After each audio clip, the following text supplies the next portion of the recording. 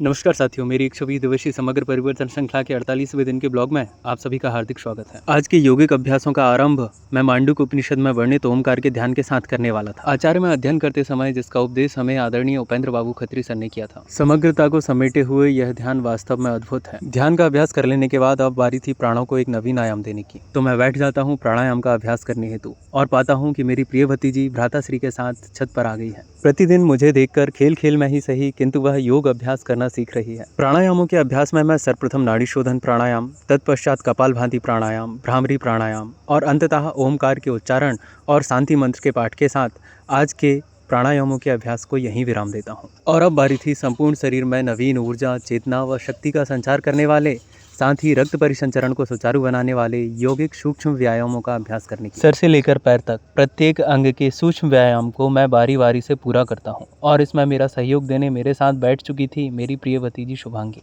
यौगिक सूक्ष्म व्यायाम का अभ्यास पूर्ण कर लेने के उपरांत मैं आसनों में स्थित होने की चेष्टा करता हूँ और सर्वप्रथम मैं अभ्यास करता हूँ गौमुखासन का। तत्पश्चात अब मैं स्थित होता हूँ वज्रासन में।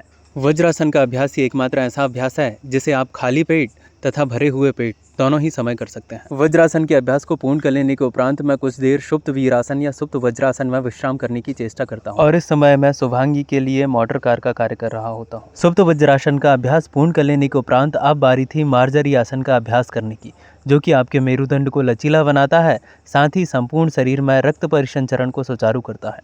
आज के योग आसनों का अभ्यास पूर्ण कर लेने के उपरांत अब मैं करने जा रहा था योग निद्रा का अभ्यास, जो कि आपको शारीरिक, मानसिक व आध्यात्मिक तीनों ही प्रकार के लाभ प्रदान करता है।